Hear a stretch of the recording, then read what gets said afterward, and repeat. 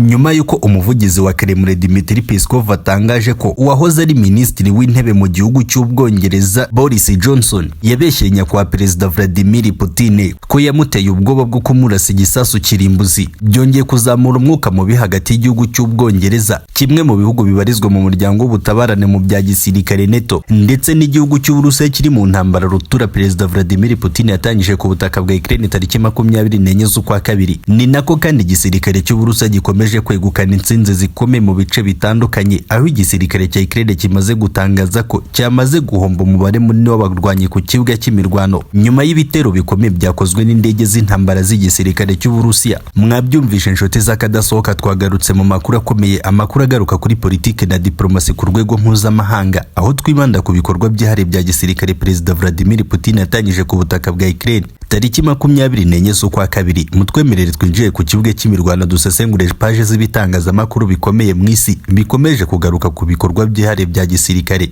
Uwahoze ari minisitiri w'Ubwongereza Boris Johnson aherutse gutangaza ko mu kiganiro gikomeye kuri telefone yagiranye na perezida Vladimir Putin mbere y'itariki 24 z'ukwa kabiri ubwo yatangizaga ibikorwa byihariye bya gisirikare, yavuze ko perezida Vladimir Putin yamubwiye ko igihugu cy'Ubwongereza gishobora guhura n'akaga gakomeye, agakoresha igisasu kirimbuzi kikaba gishobora guhita kirimbura ubu bwami bwose bw'Ubwongereza. Ubwo wahoze ari minisitiri w'intebe mu gihugu cy'Ubwongereza Boris Johnson yari amaze gutangaza aya magambo akomeye mu itangazamakuru, umuvugizi wa Kremlin Dmitry Peskov yatangaje ko ibi ari ibinyoma bikomeye, avuga ko nyakwa perezida Vladimir Putin atigeze atera ubwoba Boris Johnson, ndetse kandi ko perezida Vladimir Putin atigeze avuga ko yarasa igisasu mu bwami bw'Ubwongereza. Ibi akaba ari ibihuha byo guharabika perezida Vladimir Putin. Ibi bikaba byongeye kuzamura umwuka mubi ku bijyanye na diplomasi nyuma yuko igihugu cy'Ubwongereza cyakomeje gufasha igisirikare cya Ukraine gukomeza guhangana n'igisirikare cy'Uburusiya. Perezida Vladimir Putin akiyama ibihugu by'uburengerazuba cyane cyane igihugu cy'Ubwongereza na Leta Zunze Ubumwe za Amerika, umubano w'ibihugu byombi ukazama agatotsi gakomeye. Aya magambo ya Boris Johnson nayo akaba yongeye gutuma umwuka mubi hagati y'ibi bihugu byombi bikomeye wongera kurushaho kuba mubi cyane. Igihugu cy'Ubwongereza ndetse n'igihugu cy'Uburusiya bikaba byongeye guhangana mu ibanga rikomeye, ndetse bimwe mu bitangazamakuru bikomeye byagarutse ku magambo perezida Vladimir Putin yatangaje ubwo yavugaga ko igihe yaba yatatse ibihugu by'uburengerazuba bibarizwa mu muryango w'ubutabarane mu bya gisirikare NATO, yahera ku gihugu cy'Ubwongereza ndetse akaba yabanza gusenya umurwa mukuru w'iki gihugu ari wo Londres, aho yavugaga ko igihugu cy'Ubwongereza ari cyo gihugu gishobora kumwitambika mu bihugu bigize umuryango w'ubutabarane mu bya gisirikare NATO kibarizwa ku mugabane w'Uburayi. Akaba yaravuze ko yabanza gusenya Ubwongereza mbere yuko yambuka muri Leta Zunze Ubumwe za Amerika. Paje z'ibitangazamakuru bikomeye mu isi zikaba zikomeje kugaruka ku magambo ya nyakwa perezida Vladimir Putin ubwo yagarukaga ku gihugu cy'Ubwongereza, ubwo yarakomeje kwiyama ibihugu by'uburengerazuba abisaba guhagarika umugambi wabyo wo gukomeza gufasha igisirikare cya Ukraine. Igihugu cy'Ubwongereza ndetse na Leta Zunze Ubumwe za Amerika akaba ari byo bihugu bikomeye byakunze kugaragara cyane mu makimbirane y'igihugu cy'Uburusiya ndetse na Ukraine. Ku rundi ruhande kandi igisirikare cy'Uburusiya gikomeje gukora ibitero bikomeye bisatira umurwa mukuru Kiev, dore ko indege z'intambara z'igisirikare cy'Uburusiya za MiG-41 zikomeje gukora ibitero kabuhariwe ku bubiko bw'intwaro bw'igisirikare cya Ukraine, amavuta ya peteroli ndetse no ku bigo bitandukanye bya gisirikare bibarizwamo abacancuro bagiye baturuka mu bihugu by'uburengerazuba, ndetse n'ibikorwa remezo by'igisirikare cya Ukraine bikaba bikomeje gusukwaho urufaya rwa misile ziremereye, dore ko izi ndege kabuhariwe ziri gukoresha misile zo mu bwoko bwa balistike, misile z'isenya rikomeye zikomeje gushegesha igisirikare cya Ukraine, dore ko umuvugizi w'igisirikare cya Ukraine amaze gutangaza ko igisirikare cya Ukraine kiri kubura umubare munini w'abakomando ku kibuga cy'imirwano, ndetse ibi bikaba bikomeje guca intege igisirikare cya Ukraine gikomeje guhangana bikomeye n'igisirikare cy'Uburusiya mu bice bitandukanye by'uburasirazuba ndetse n'amajyepfo y'igihugu cya Ukraine.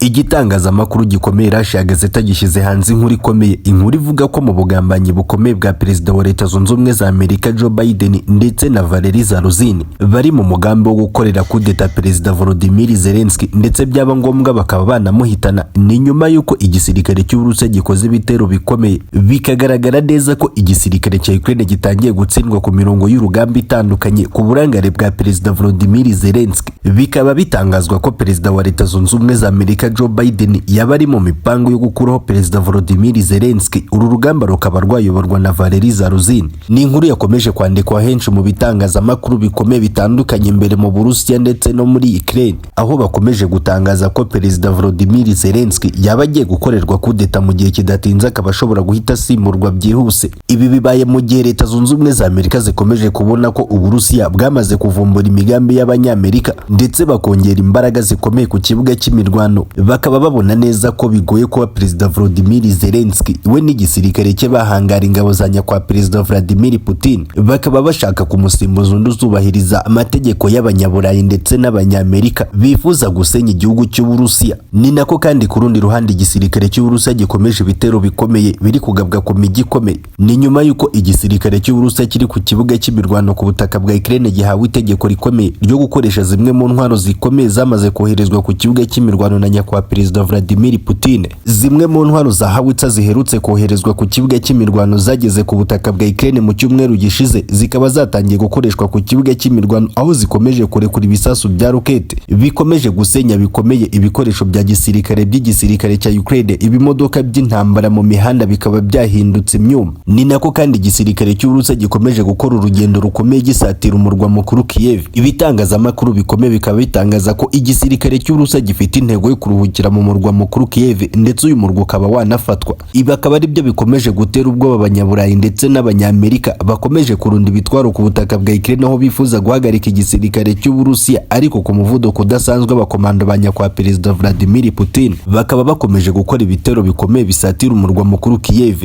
Ku rundi ruhande kandi mu gitondo cy'uyu munsi mu murwa mukuru Kiev hongeye kumvikana ibitero bikomeye byasekuye inyubako ndende za leta zakoreragamo imiryango y'ibanga ishinzwe gutegura bimwe mu bikorwa bya gisirikare biri gufasha ingabo za Ukraine gukomeza kwihagararaho imbere y'igisirikare cy'Uburusiya ku kibuga cy'imirwano. Nanone kandi amakuru y'ibanga ataramenyekana neza, biravugwa ko Leta Zunze Ubumwe za Amerika zaba zatanze intwaro zifite ubushobozi buhambaye bwo kurasa imbere mu gihugu cy'Uburusiya. Izi misile kabuhariwe Perezida wa Leta Zunze Ubumwe za Amerika Joe Biden yamaze kwemerera igihugu cya Ukraine, zikaba zishobora kuraswa zivuye mu gihugu cya Ukraine zikaraswa mu murwa mukuru w'igihugu cy'Uburusiya Moscow. Ibitangazamakuru bikomeye nka Belarus Departize biratangaza ko yari intambara yeruye ku gihugu cy'Uburusiya Leta Zunze Ubumwe za Amerika zigiye gutangiza nyuma yuko nyakwa Perezida Vladimir Putin asabye ibihugu by'uburengerazuba guhagarika gukomeza kohereza ibitwaro mu gihugu cya Ukraine bifite ubushobozi bwo kuraswa ku butaka bw'Uburusiya. Leta Zunze Ubumwe za Amerika zikaba zamaze gufata icyemezo gikomeye cyo gutanga intwaro noneho zifite ubushobozi bwo kuraswa mu murwa mukuru w'Uburusiya Moscow.